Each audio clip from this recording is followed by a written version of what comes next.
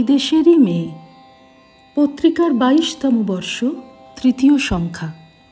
মৃদুল কান্তিধর। স্বামী বিবেকানন্দ বলেছেন, নিবেদিতাকে তৈরি করতে তাকে সবচেয়ে বেশি পরিশ্রম করতে হয়েছিল। বড় গাছ তৈরি করতে একটু বেশি আয়াস, একটু বেশি সময় লাগবেই।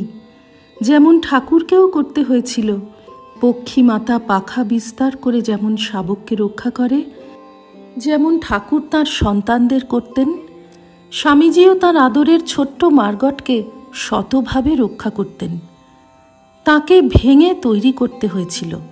পাশ্চাত্য শিক্ষা সংস্কৃতি আর আচার ব্যবহারে বর্ধিত মার্গটকে ভারতীয়ভাবে, হিন্দুভাবে তৈরি করতে গিয়ে কখনো কঠোর, কখনো কোমল হতে হয়েছে।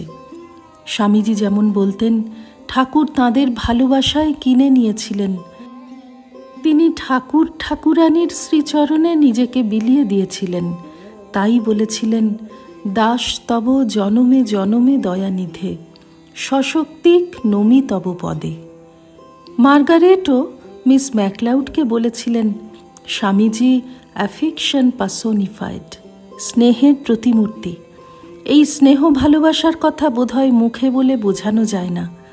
শ্রী রামকৃষ্ণের মানসপুত্র স্বামী ব্রহ্মানন্দ তাঁর সেবক শিষ্যদের বলতেন, যাকে ভালোবাসলাম সে যদি তা জানতে পারল তাহলে তার ভালোবাসা হলো কই। গিরিশচন্দ্র ঘোষ বলেছিলেন, শ্রী রামকৃষ্ণ আমার অপেক্ষা আমায় অধিক ভালোবাসিতেন। এই স্নেহ ভালোবাসা দিয়েই স্বামীজি মার্গটকে তৈরি করেছিলেন। দূরদর্শী স্বামীজি নিবেদিতাকে এমন এক জায়গায় রাখলেন যেখানে তিনি ভারতাত্মার প্রত্যক্ষ সান্নিধ্য পেতে পারবেন। তাছাড়া যাদের মধ্যে তাকে কাজ করতে হবে তাদের মধ্যে থাকলেই তো সুবিধে। তাই স্বামীজি নিবেদিতাকে বাগবাজারে শ্রী শ্রী মায়ের কাছে রাখলেন। তিনি নিবেদিতাকে নিষ্ঠাবতী হিন্দু ব্রাহ্মণ ব্রহ্মচারিণী রূপে তৈরি করতে চাইছিলেন। তাতে তৎকালীন উচ্চবর্ণের রক্ষণশীল সমাজ তথা পরিবারে তাঁর প্রবেশ সম্ভব হবে। শ্রী শ্রী মায়ের সঙ্গিনীরা যেমন গোলাপমা, যোগিনমা দুজনেই সদ্বংশের নিষ্ঠাবতী বিধবা এবং সাধিকা। তাঁরা তাঁকে গ্রহণ করলেন। গোপালের মাও সস্নেহে চুম্বন করে নরেনের মেয়েকে গ্রহণ করলেন। বাগবাজার পল্লীতে বিভিন্ন রকম মানুষের মধ্যে নিবেদিতাও একজন বলে গণ্য হলেন।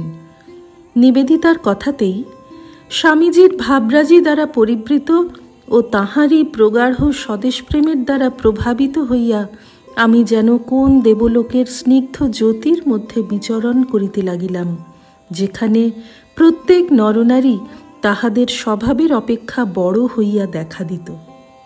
ভারতে আসার পর থেকে বেলুড়ে বাস, নিত্য স্বামীজির সঙ্গলাভ, দীক্ষালাভ, কাশ্মীর, অমরনাথ ও ক্ষীর ভবানী ইত্যাদি বিভিন্ন তীর্থস্থানে ভ্রমণকালে স্বামীজির দিব্য সান্নিধ্য এবং নানাভাবে স্বামীজির শিক্ষা লাভ, এইসব ঘটনা পরম্পরায় নিবেদিতার মধ্যে যে আধ্যাত্মিক বীজ উপ্ত হয়েছিল তা শ্রী শ্রী মায়ের নিত্য সান্নিধ্যে আরও বিকশিত হয়ে উঠল। নিবেদিতার তীক্ষ্ণ বুদ্ধি, অদ্ভুত পর্যবেক্ষণ ক্ষমতা এবং গুরুর আদেশে এই ভারতবর্ষকে ভালোবাসার আত্যন্তিক আকাঙ্ক্ষা তাঁকে দ্রুত এই দেশের মেয়ে করে তুলছিল। শ্রী রামকৃষ্ণার্পণমস্তু।